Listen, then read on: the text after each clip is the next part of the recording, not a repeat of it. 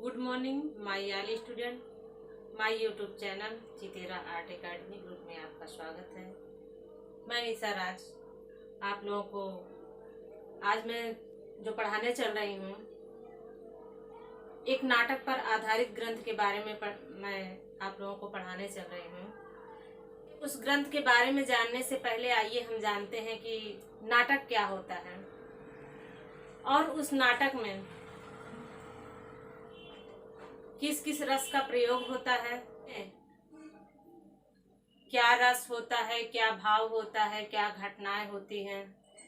उन सब को समाहित करके जब एक कवि नाटक को लिखता है तो वो जो है समाज में जो भी घटित घटनाएं हैं या अच्छाइयाँ हो, समाज में जो भी बुराइयां व्याप्त हैं, उन सब चीज़ों को देखकर वो अपने नाटक में उसको पिरोने का काम करता है, उसको लिखने का काम करता है।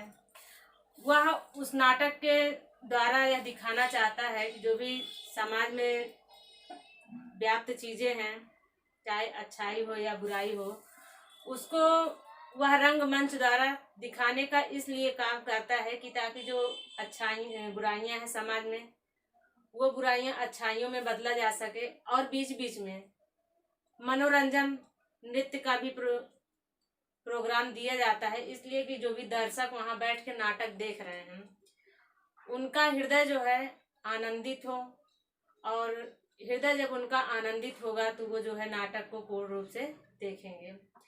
तो हमारे जो भरत मुनि हैं उन्होंने अपनी पुस्तक जो है नाट्य शास्त्र, ये नाट्य शास्त्र पुस्तक जो है एक नाटक ग्रंथ है।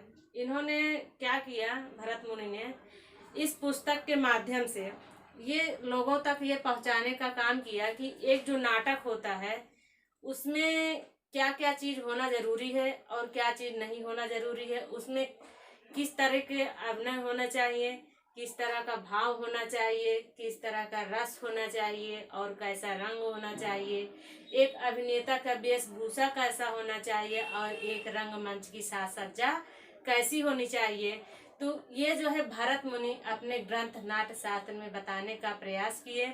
आइए हम जानते हैं नाट्य शास्त्र के बारे में।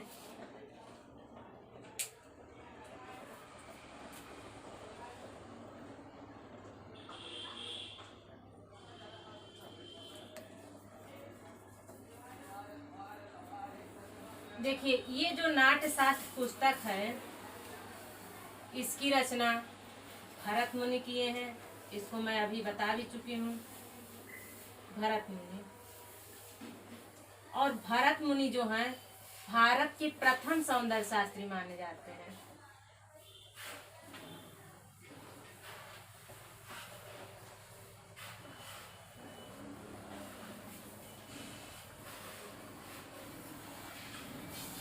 जैसे आप लोगों से क्वेश्चन पूछ लिया जाए और पेपर में भी कई बार पूछा भी जा चुका है कि भारत के प्रथम सौंदर्य शास्त्री कौन है, तो आप लोगों को पता होना चाहिए भारत के प्रथम सौंदर्य शास्त्री भरत मुनि हैं। भरत मुनि ने किस ग्रंथ की रचना किए थे, तो नाट्य शास्त्र की रचना किए थे। और ये जो नाट्य शास्त्र की रचना किए थे ये संस्कृत भाषा में इसकी रचना किए थे।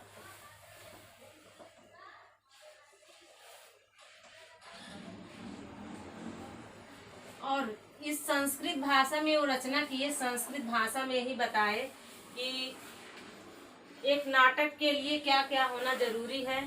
जैसे कि आप लोगों से पूछा जाए नाटक का प्रथम ग्रंथ,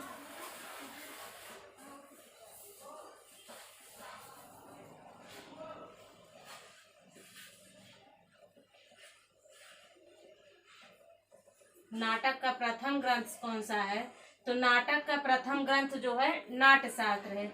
इनका बताने का तात्पर्य ये था कि इन्होंने इसलिए बताया, ये रस निष्पत्ति के सिद्धांत को बताना चाह रहे थे इस नाटक के माध्यम से कि कैसे जो है रस की उत्पत्ति होती है।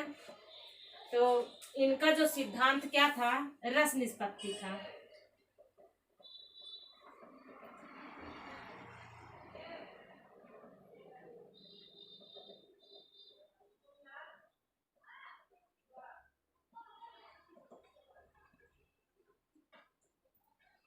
रस का केंद्र जो है भरत मुनि रंगमंच को माने हैं।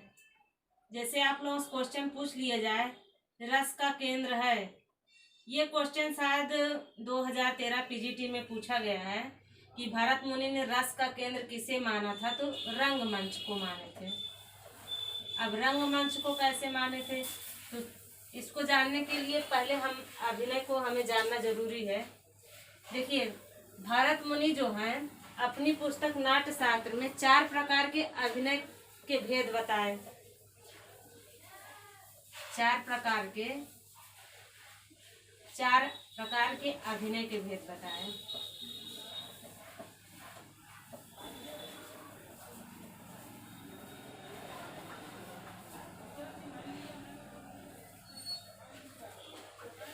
पहला कौन सा है, आंगिक अभिनय।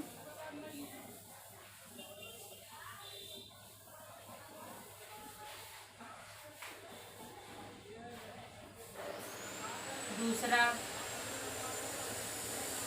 आहार्य अभिनय।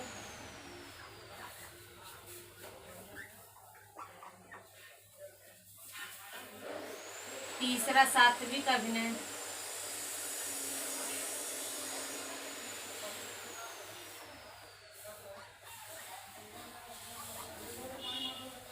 चौथा जो है वाचिक अभिनय।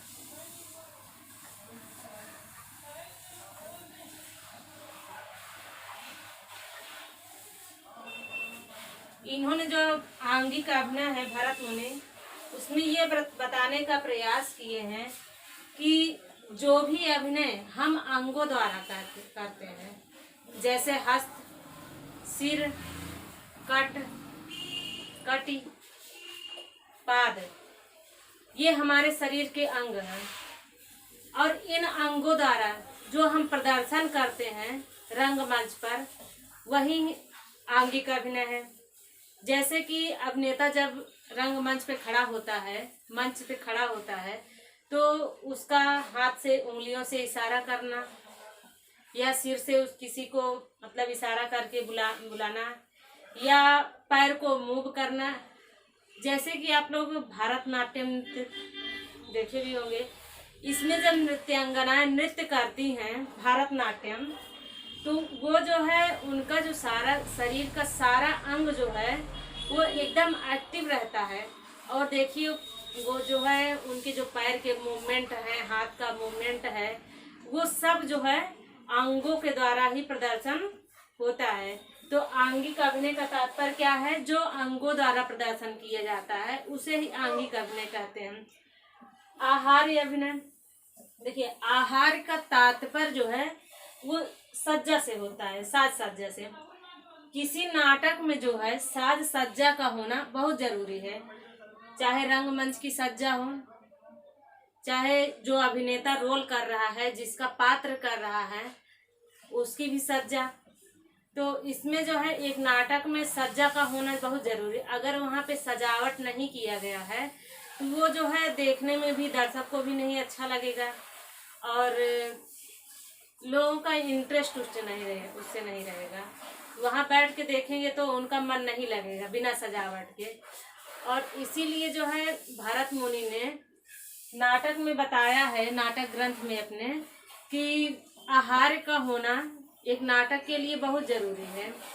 जैसे कि मान लीजिए कि किसी को रावण का रोल दे दिया जाए, तो जब रावण का पात्र उसे दिया जाएगा तो उसकी वेशभूषा, उसका सजावट है, उसकी जो मुखौटा है, उसका जो पहनावा है, कपड़े हैं और सारी वेशभूषा जो है, जितने भी सजावट हैं, जब तक उसको रावण की जैसा सजावट, उसका मुखौटा नहीं दिया जाएगा, उसके पहनावे नहीं दिए जाएंगे, तो वो रावण जैसा प्रतीत नहीं होगा।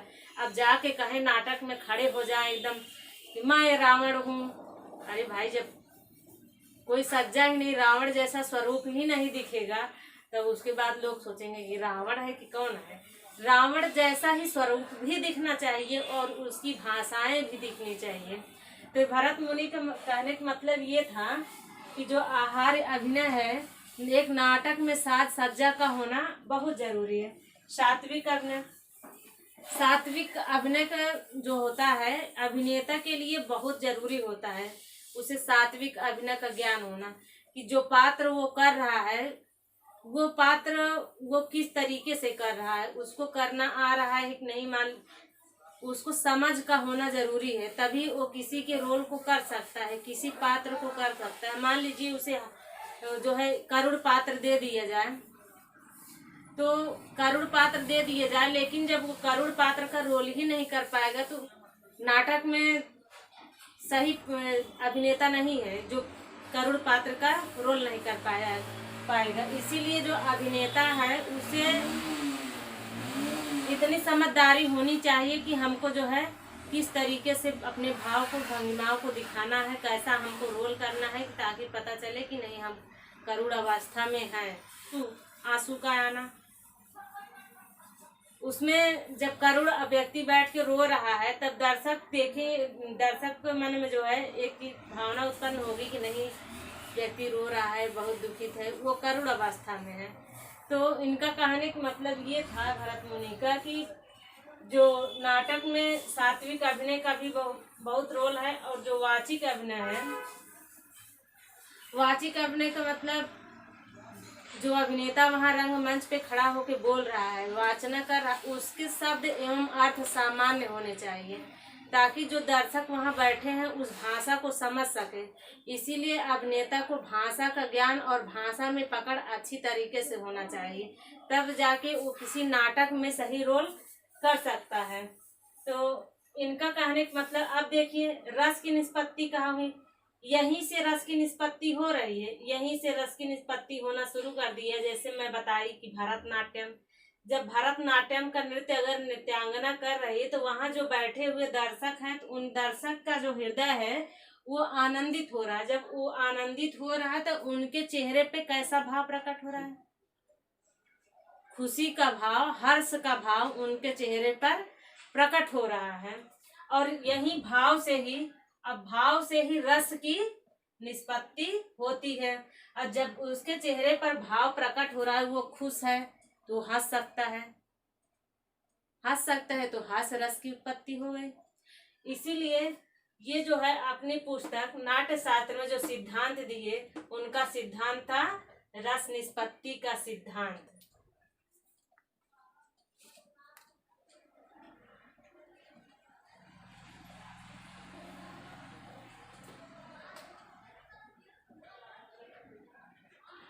इन्होंने जो है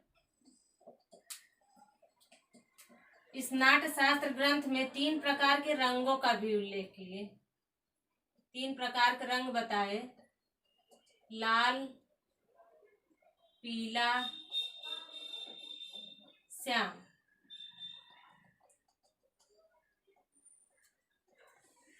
भरत मुनि का मानना था किसी नाटक में जो है लाल, पीला और श्याम रंग का होना जरूरी है। लेकिन आजकल जो भी चीज आप लोग देख रहे हैं, नाटक भी देख रहे हैं, वहाँ पे आजकल इतना ज्यादा सुविधाएं हो गई हैं, इतना ज्यादा डेकोरेट लोग करते हैं कि मतलब हरा, नीला, पीला सारे रंगों का प्रयोग करते हैं। लेकिन भरत मुनि का मानना ये था कि लाल, पीला और श्याम रंग किसी नाटक में के लिए महत्वपूर्ण है, इस रंग का होना जरूरी है किसी नाटक में, भरत मुनि का मानना था। अब भरत मुनि जो है इनकी जो ये पुस्तक थी नाट्य शास्त्र, इसकी व्याख्या भी कई विद्वान किए, नाट्य शास्त्र ग्रंथ की। कौन कौन थे व्याख्याता?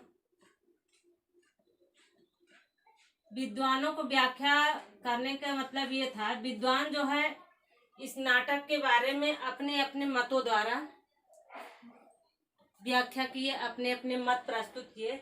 लेकिन हमको खाली यही जानना है कि प्रथम व्याख्याता कौन थे, दूसरे व्याख्याता कौन थे, तीसरे व्याख्याता कौन थे, चतुर्थ व्याख्याता कौन। हमको ज़्यादा डिटेल में जाने की ज़रूरत नहीं, क्योंकि हमारा जो टारगेट है टीजीटी पीजीटी टारगेट है, 2020 और 21 का विज्ञापन टारगेट है, तो हम उस टारगेट को बना के चलेंगे। तो आइए देखते हैं प्रथम व्याख्याता कौन है।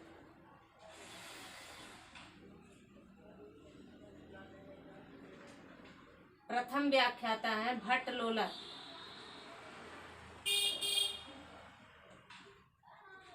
दूसरे व्याख्याता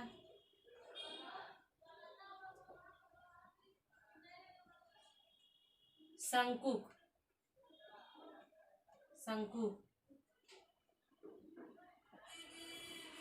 तीसरे व्याख्याता भट्टनायक।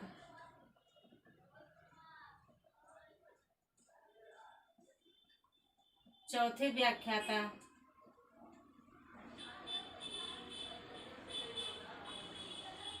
अभिनवगुप्त।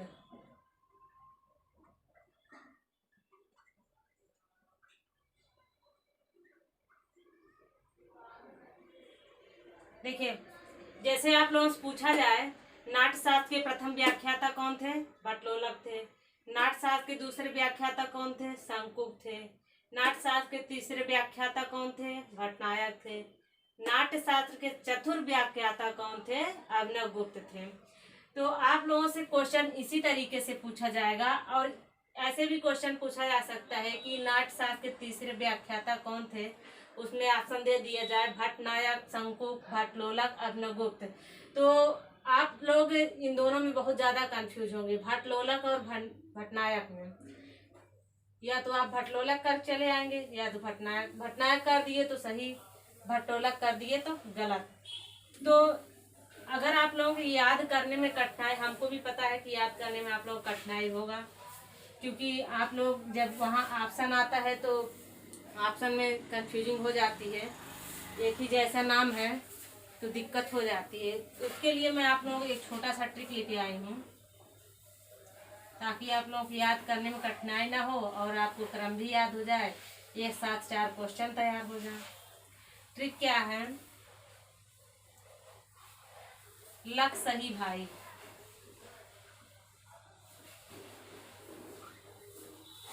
आज लक सही भाई। आज जैसे मान लीजिए कि एक दोस्त है, अपने दोस्त से कह रहा है कि अरे भाई आज का लक सही था, काम तो बन गया। कोई बहन अपने भाई से कह रही भाई आज का लक बहुत अच्छा था, आज का लक बहुत सही था कि हम लोग का काम हो गया। तो याद करने में बहुत सारा लक सही भाई। आज तो लक से क्या हो गया?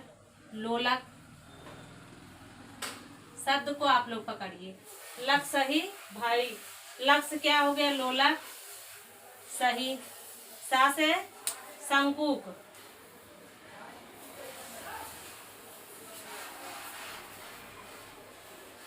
भा से भट्टनायक,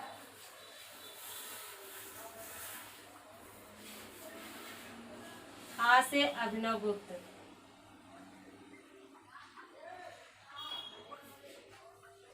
देखिए, इससे आपके 4 क्वेश्चन क्लियर हो गए, और उसके बाद 4 क्या 5 क्वेश्चन क्लियर हो गए। क्रम भी आपको याद हो गया और नाम भी याद हो गया कि प्रथम व्याख्याता कौन थे, दूसरे, तीसरे, चौथे व्याख्याता कौन थे।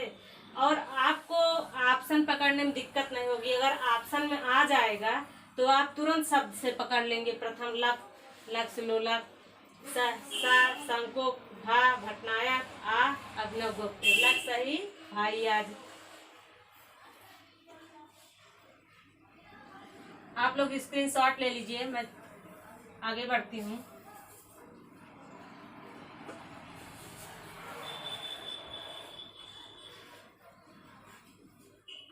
भरत मुनि के नाट्यशास्त्र से क्वेश्चन बहुत घुमा फिरा के ऐसे पूछे जाते हैं, और बहुत ज़्यादा क्वेश्चन आता है। हर साल कुछ न कुछ जरूर पूछा जाता है, 1 आध साल भले बाकी रह जाए। चाहे नेट हो, टीजीटी, पीजीटी, एमबीएस, केबीएस, कुछ भी चीज़ें हैं, वहाँ से भरत मुनि पे क्वेश्चन बनना ही बनना है। तो आइए अब मैं थोड़ा सा आपको अभिनवगुप्त के बारे में बताती हूँ, अभिनवगुप्त के ऊपर चर्चा करती हूँ, वो भी बहुत इम्पोर्टेंट है।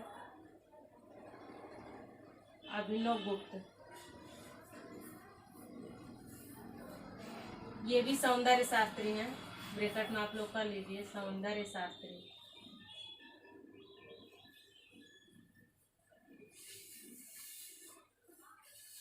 देखिए, जो अभिनवगुप्त हैं, इनका भी आप लोग कई बार नाम सुन चुके हैं।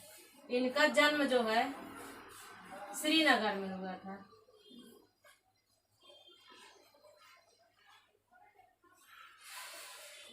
अगर पूछा जाएगा कम से कम आप लोगों को क्लियर तो रहेगा कि नहीं अभिनव गुप्त का जन्म कहाँ हुआ था। अभिनव गुप्त का जन्म श्रीनगर में हुआ था। इनकी पुस्तक है अव्यक्तिवाद। ये अव्यक्तिवाद का सिद्धांत दिए हैं, मैं पढ़ा भी चुकी हूँ आगे। इनका जो सिद्धांत रहा है अव्यक्तिवाद का सिद्धांत रहा है। तो जैसे आप लोगों से पूछ लिया जाए कि अव्यक्तिवाद किसका सिद्धांत है, तो अभिनव गुप्त का सिद्धांत है। तो इन्होंने अभिनव गुप्त जो है काव्य को रस की आत्मा माने हैं, बताए हैं।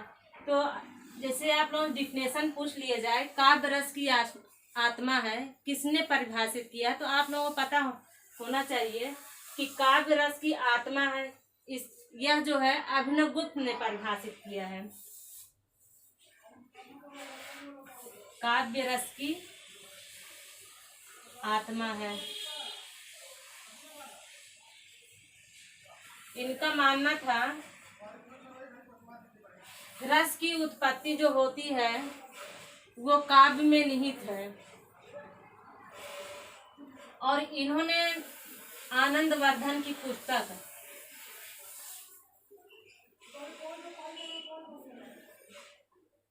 आनंदवर्धन की पुस्तक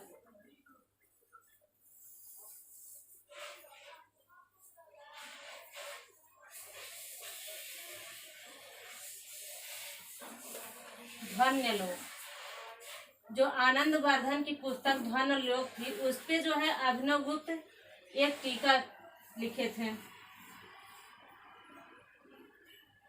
और किस नाम से लिखे थे?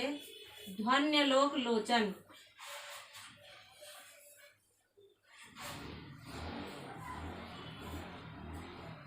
बहुत इम्पोर्टेंट है,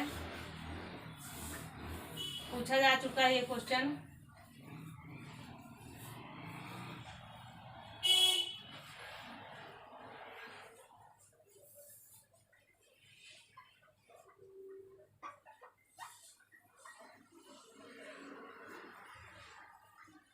जैसे आप लोगों से पूछा जाए ध्वन्यलोक किसकी पुस्तक है, तो आप लोग पता होना चाहिए कि ध्वन्यलोक जो है आनंदवर्धन की पुस्तक है। अगर ये भी क्वेश्चन पूछ लिया जाए ध्वन्यलोक लोचन नामक टीका किसने किया था, तो अभिनव गुप्त ने किया था। ध्वन्यलोक लोचन नामक टीका अभिनव गुप्त ने आनंदवर्धन की किस पुस्तक पे किए थे, तो वो ध्वन्यलोक नामक पुस्तक पर किए थे। इतना जो है बहुत इम्पोर्टेंट है। और आनंदवर्धन के बारे में ये भी जानते होंगे, इन्होंने ध्वनि का सिद्धांत भी दिए हैं। आनंदवर्धन ध्वनि का सिद्धांत भी दिए हैं, वो भी कई बार एग्जाम में पूछा जा चुका है। तो मेरा भरत मुनि और अभिनव गुप्त का बताने का तात्पर्य ये था कि यहाँ से जो है बहुत सारे क्वेश्चन कई बार पूछे जा चुके हैं और ये बहुत ज़्यादा इम्पोर्टेंट है। भरत मुनि का नाट्यशास्त्र, अभिनव गुप्त भी इम्पोर्टेंट है।